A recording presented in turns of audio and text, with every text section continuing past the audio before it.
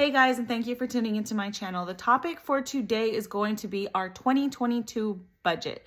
And with a big focus on January, obviously, since that's the first month, but it's really going over a whole overview. So I'm not actually going to do any of the planning in this video. I will do that in a separate video since that will be going into my planner. Right now, it's just the planning that I've been doing as far as figuring out where we are with our budget, making sure that I have the funds for each month allocated into the appropriate categories and all that kind of stuff. That's kind of what I want to break down, just kind of how I did that and why I did it the way I did. Just wanted to, throw it out there so that way you guys can see what we're working on. So when I do my budget videos, you have a better understanding of how I have things laid out and why. And then also, in case any of it helps anybody out, I will say, just like everybody else ever says in any budgeting forum or video, at the end of the day, you have to figure out what works for you because everyone's budget is not the same. Everyone's situation is not the same. But the good thing of being able to watch different people and being able to understand the way they go through their process, it kind of throws in ideas into your head and different perspectives. And then it's up to you to pull and soak in all that information and then apply it to your budget. So the first thing I want to talk about is the first thing that I did for our budget. There's multiple ways to do this. So everyone always, well, not everybody, but a lot of people that I follow and a lot of people I talk to, they talk about going through your credit card statements, your bank statements, going through all of it for the whole past year, pulling it all together, putting all your expenses in categories, right? So you have a real full detailed picture of this is what I spent. So average for every month that I spend in groceries, or this is the average I spent in taking out. And that way you have an idea of what your budget needs to include. So the way I did mine is a little differently though. And it's not, maybe it's not differently, but to me, I didn't go sit through my bank statements. I check our accounts every day. I always log on. I see what we're spending on. And I always have loose digital envelopes kind of throwing things in and pulling numbers together. But for the most part, I think I can say I know where our money goes. Now, do I know how much all the time? Or is there times that we go over? Of course there is, because like I mentioned in previous budgeting videos, we didn't actually sit down and start getting stricter with our budget until November. Before that, I had an idea of where it was going. I was aware of what we were spending on as far as categories go, but we were just going as it is. Yeah, sure, let's spend more on eating out. Let's spend more on this. Let's spend more on that. We knew what it was.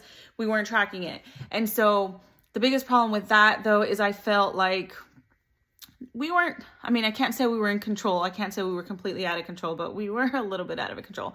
But the main thing was that as we were going, and I did do, before November, so, and I think it was October, I actually did sit down and I took out the full month before and saw what we were spending on. And it was like, dang, I know the category's down, but the amounts, I'm like, man, you know what I could have done with that money? Did I really need to go to Starbucks that many times? Did I really need to do this that many times? I was looking at the numbers and then it was like a punch in the face. Dang, at this point, I'm spending money, I'm making money, spending money, but my money's not doing anything for me. I'm not able to use and put my money to what best reaches or helps us reach our goals. It's just comes in, it goes out, and there's it wasn't really working for us. So what we decided was, no, we don't want that happen anymore. We want to know what's coming in, what's going out, and put it towards what we want to put it towards based on what our goals are. So thinking of 2022 budget now, back to my original point, what I did instead of going through bank accounts and pulling out numbers and stuff, what I did was I created this, basically I got a piece of paper and just started writing down everything we spend our money on. So I started writing down every bills. I know what bills have to be paid every month as far as subscriptions go, mortgage, utilities. I know which ones they are. So I wrote all those down. And then I went ahead and I wrote down all our debts. And then I went ahead and I wrote down all the different categories. So like food, takeout, cheer fees. So when we go to the competitions for my daughters, like the fees we pay for there. So in a cheer competition day, there's all these fees that we normally wouldn't have countered because it's like your entrance fee and your food or your snacks or something, you know, it's always something. So that I categorized into cheer fees. So basically, I'm going to try and show you the sheet, but if it doesn't work, then I'll go ahead and I'll link it up top or put a picture on top in the video. But basically this is what I came up with. I wrote down a whole entire list and I was just writing down all the places that I know our money goes to. And this is like all encompassing. I mean, I have everything from school. So the school category is, you know, pictures, yearbooks, fees you have to pay for parties, all that kind of stuff in there, trips, home maintenance. I even have my category for planner stuff because I know I purchased planner stuff. So I threw that in there. Christmas, date nights, extras, all of that stuff. I went ahead and put it on the sheet. Now this, to me, I categorized it in my mind as a wish list. Obviously, depending on your situation, there might be things that you spend on that you probably shouldn't be spending on because you're not in a position to.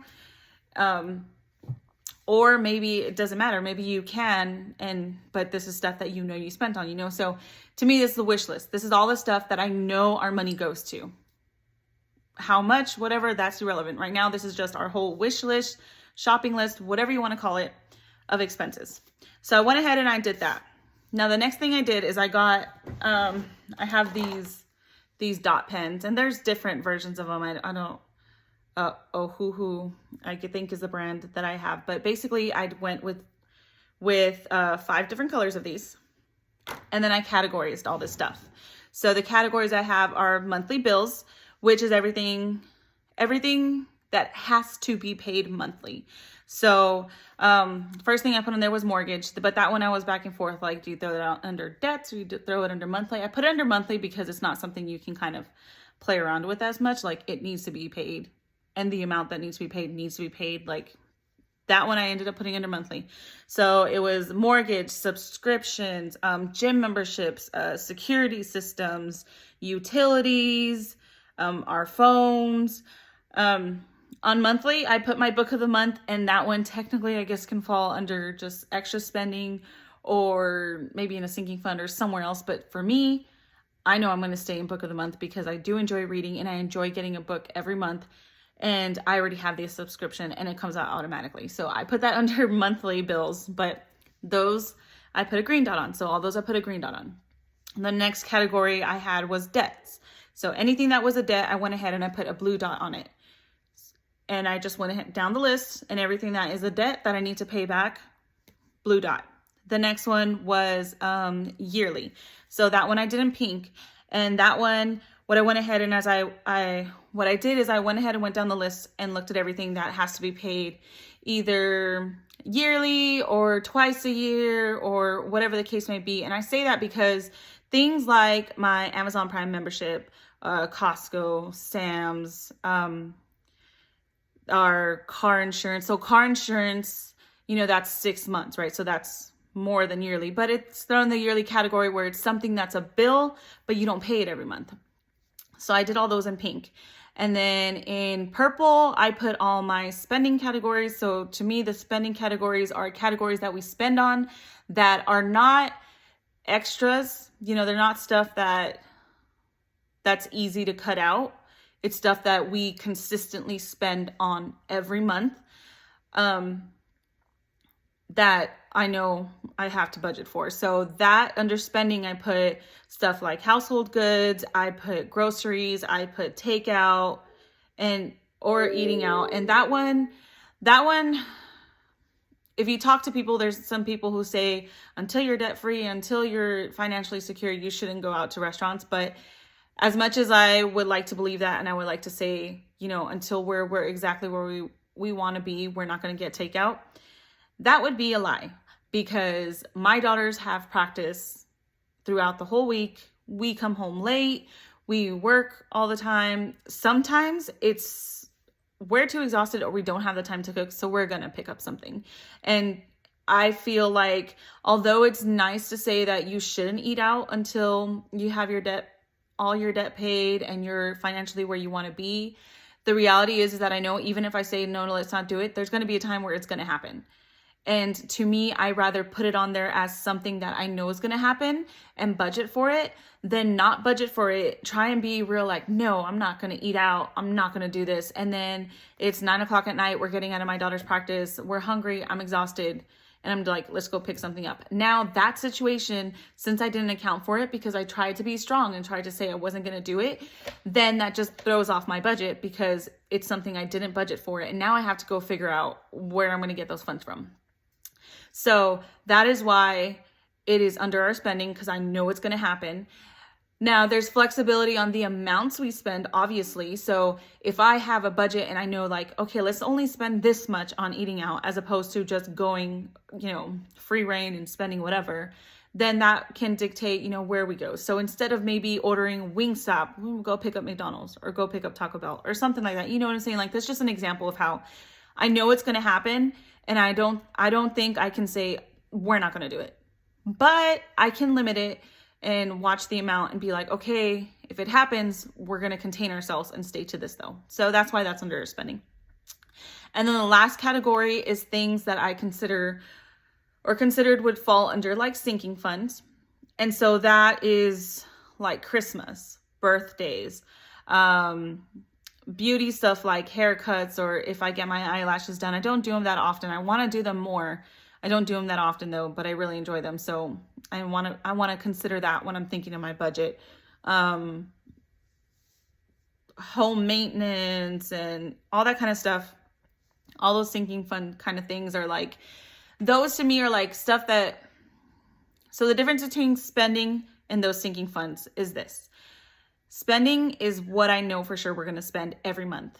Sinking funds are things that I know we might spend on at some point during the year, but it's not something that's necessarily every single month. And in some of them are,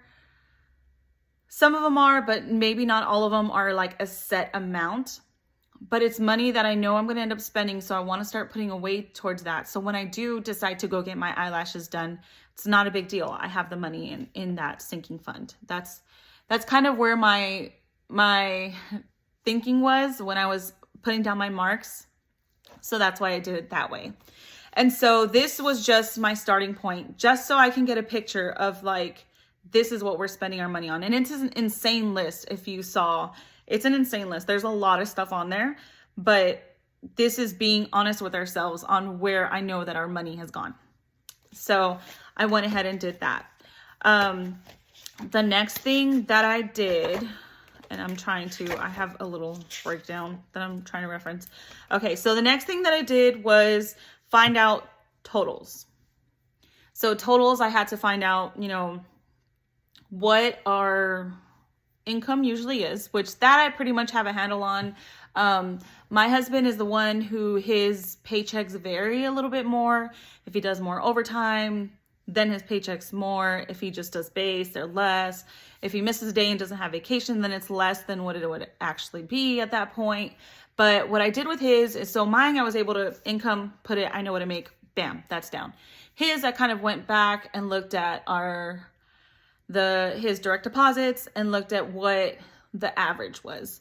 And I did it that way because I figured sometimes it's really high, but I don't want to budget for that high because what if it's not and he doesn't do overtime?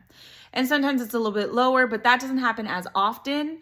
So I was like, okay, well, if one time it's really high and one time it's a little bit under, it would even out. And then there might be extra, and that I can deal with as it comes in.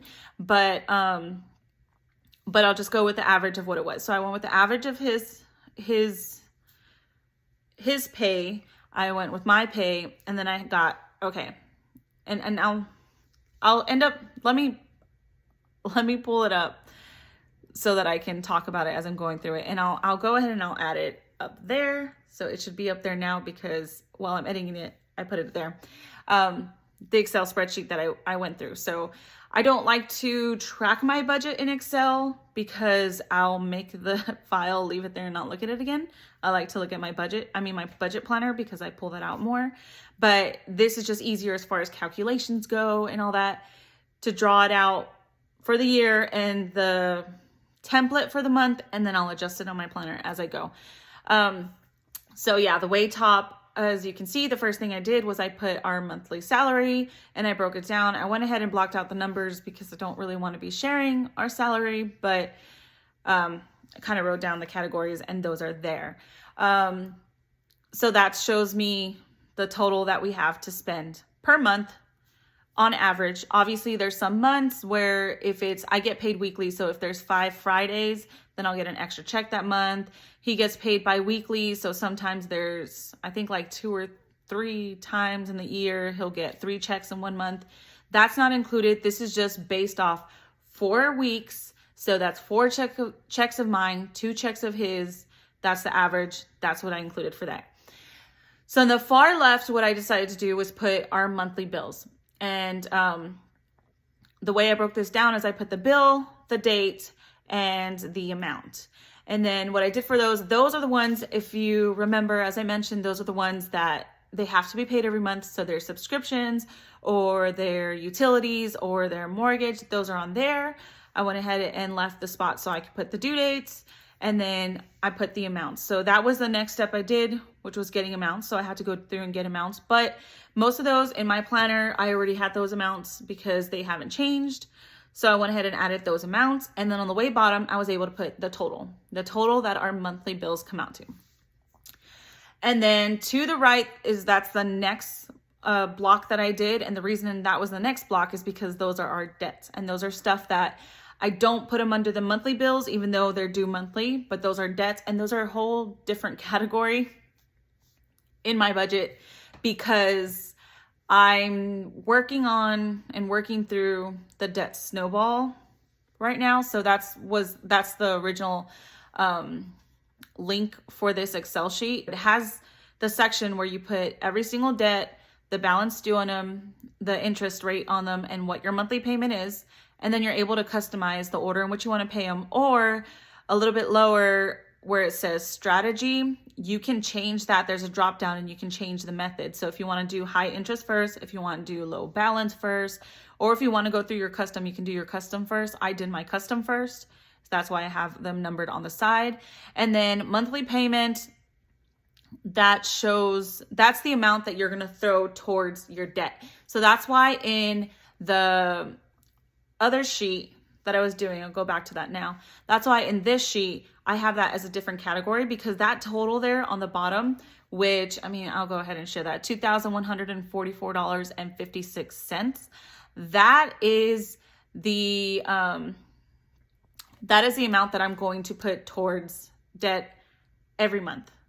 Now, in my planner, I'm not going to, in my monthly view portion, like where I break down the numbers, I'm not going to put each and every debt. I'm just going to put debt because every month, obviously, that's going to be different. And so this next sheet, after you've put the strategy you want to use to pay it off, you see it breaks down every debt that you have, the balance, the interest rates, and then your payments and all that, and tells you how long it would take you to pay it off.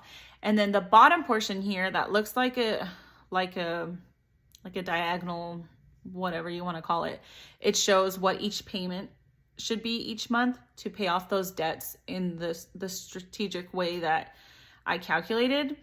So when I do my budget every month, I'm just going to make sure I'm taking out that $2,144.56. And then I'll reference this, which I might end up putting a portion of this table or something in my planner. I haven't decided yet, or printing this out and sticking it in the back so I can highlight out what I've paid. But this will show me how much to pay on each one because the amounts will not be the same since I'm doing the debt snowball and paying them off. So, but every month I'm going to put $2,144.56 towards paying off debt. So that's that.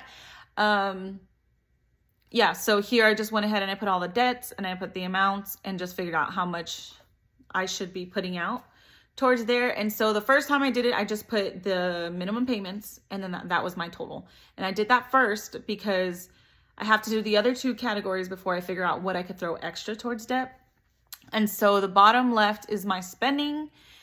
That I show the categories, which I mentioned: gas, food, baby, our pets, entertainment, cheer expenses, which is for all the competitions and stuff, and goods. This to me is everything from like if we order something on Amazon, or if we have to buy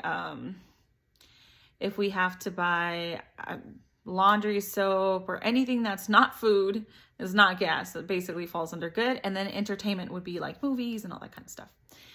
So that's there. And then the next column, I went ahead and put all our sinking funds. And then this one took a little longer. I'm going through it really quickly, but I put all the sinking funds, and then I figured out the yearly amount that I would need, more or less. And these aren't exact, but I just kind of guesstimated and try to be as close to possible. So for example, well, things like Costco is easy. I know the Costco price membership and the Amazon price membership. Things like, I don't know, like car maintenance, I just went at 1,000. Home maintenance, 1,000. I did those just straight at 1,000 because I wasn't sure. And since I'm in a weird spot in my budget right now and I'm not completely set, I just wanted to make sure I put something away for it. So I just did thousands for those. And school, I just kind of guesstimated, really. This is just to get started and to get used to portioning out my income and putting it in these categories. And then as I'm spending, I'll keep a track on that, and then I'll adjust the sinking fund amounts as needed. But I went ahead and put the yearly guesstimate that I had, and then I went ahead next to it and calculated how much that would be monthly to get that kind of amount yearly. And then the way bottom, I got that total. So what I ended up doing is I ended up summing all those up and subtracting it from our total income. And then I figured out what I had left. So I showed the difference there. Now the difference I kind of played with after that. So I think when I did it the first time, I had like $300 difference.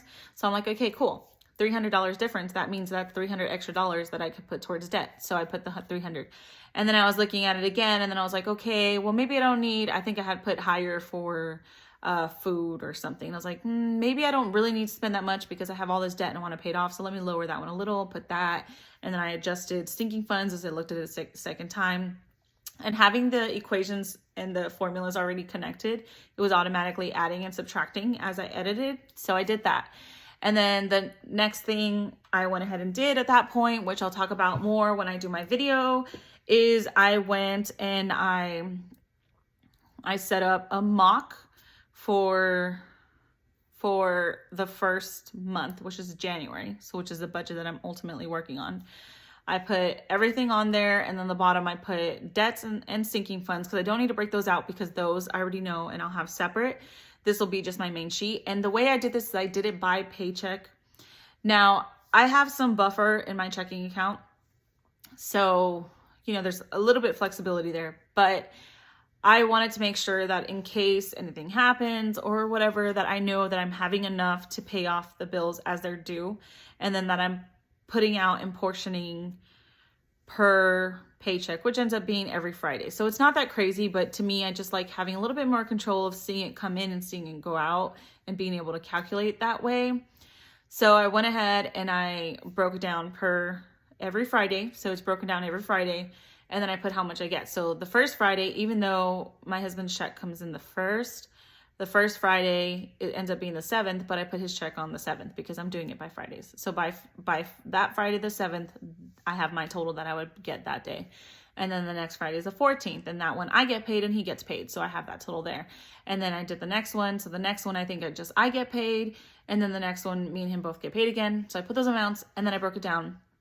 And then I started separating per paycheck into first going through the monthly bills, making sure that every Friday I take out some for gas, some for food. I put that across. And then starting the first one, I just started going through and making sure that I'm marking down all the monthly bills. And then after that, making sure I'm marking down the debts. And then after that, at the end, the last paycheck, that'll be where the bulk of the sinking funds come out, because that's not something that I expect to be spending on too much right away. So the beginning of the month, I want to make sure that we're paying off the stuff that has due dates and the stuff that is getting interest, like we're being charged interest for. And then after that, I'll put away the sinking. So that's why I did that way. Yeah, that's basically how I went through budgeting. This is just going to be what I use and what I take once I start planning it in my planner. And I'll end up doing a separate video for that.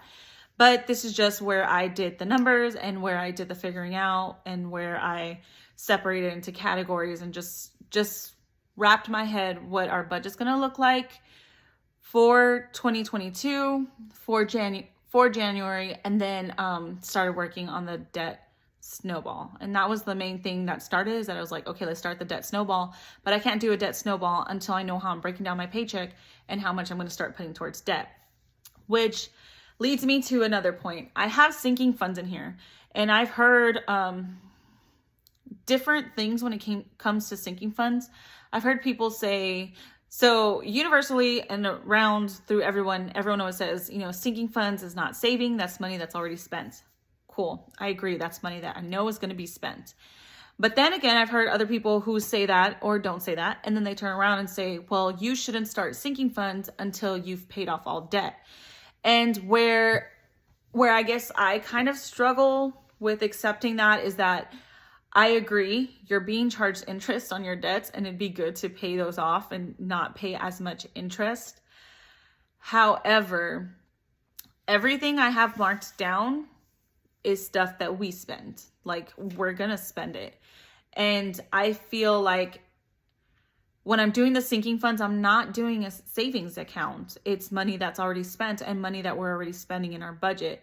Now, like I said, there's flexibility. You can bring down amounts. There's categories that, if you're so like in so much debt and you know that it wouldn't take you to like 10 years to pay it off, then okay, maybe you can cut down some of those sinking funds. They're not necessary. I think when I broke it down, we have a 4-year repayment plan, but that's including my student loans, and I have a lot of student loans. So that's including our student loans. So 4 years to pay everything off, which is our debts, our vehicles, my student loans. That's actually not that bad.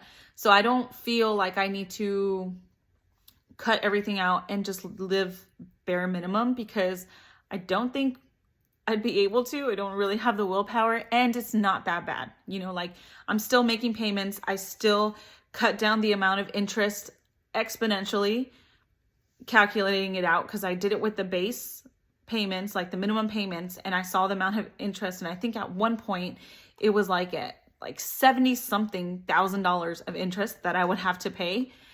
And then once I adjusted it and I like added more and I did this and that, I think right now the total is $32,000 in interest.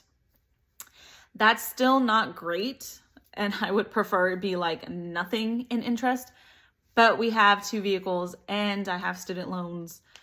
That's basically the stuff that takes longer, and that's the stuff that I know I'm going to pay interest on. Like, I'm going to end up paying it. So $32,000 for that is actually not that bad, considering when I had originally done it, it was like something like I said, 70 something, I think like 79 or 69, or I don't know what it was. It was ridiculous, just giving minimum payments. So don't ever give minimum payments. You'll be paying a lot in interest, and that will like almost never come down. But we brought everything down. It's only 4 years, our debt repayment plan, and it's $32,000 that we're paying in interest. But like I said, I have a lot of student loans, so I kind of expected that I'm gonna be paying an interest. And really, student loans are supposed to be up until like, I don't know, like 30 years, I think is what they set up. And I'm going to be doing it within 4. So that's still pretty good. So I didn't take away those sinking funds. I kept our sinking funds because I know that's what we spend on. And I want to give us the chance to do that, but in a controlled manner. So that's why I did that. And that was just kind of one thing I kind of wanted to mention, since a lot of people say you shouldn't be working on sinking funds until you paid off debt. But at the same time, in my mind, if I know I'm going to spend that money, I need to have that money to spend. Because then if not, then that's when I get into more debt, because it's like, well, I put all the money towards the bills, like a debt, and then, well, now I need to spend this money on my car insurance. Well, okay, I'm going to have to charge it or something like that. You know what I'm saying? So I still think that you need to be realistic. You need to write your shopping list, your wish list of your bills.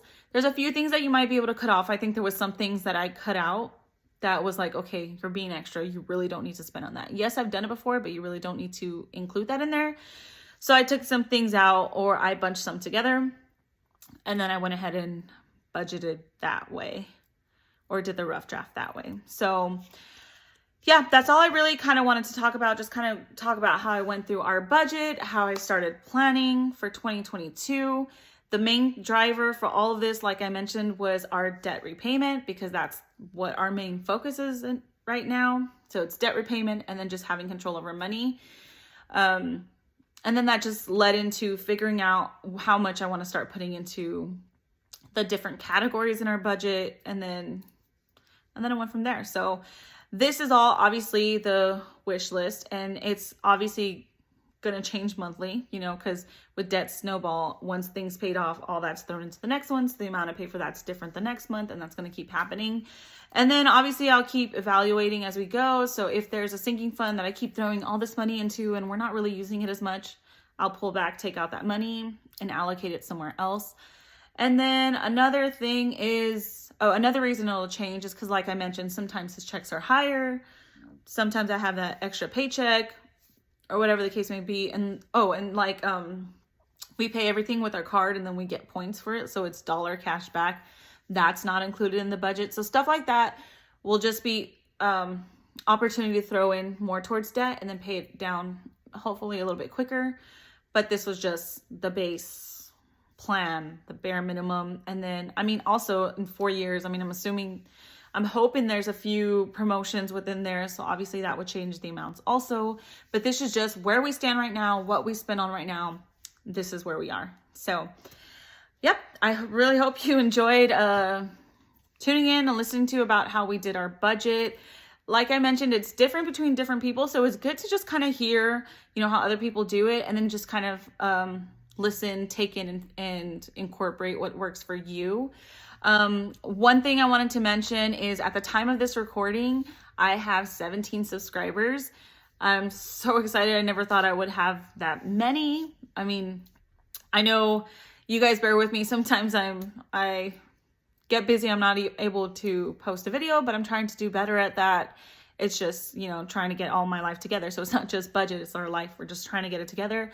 But being a content creator, doing plans with me, those are two of my main goals that I've always wanted to do.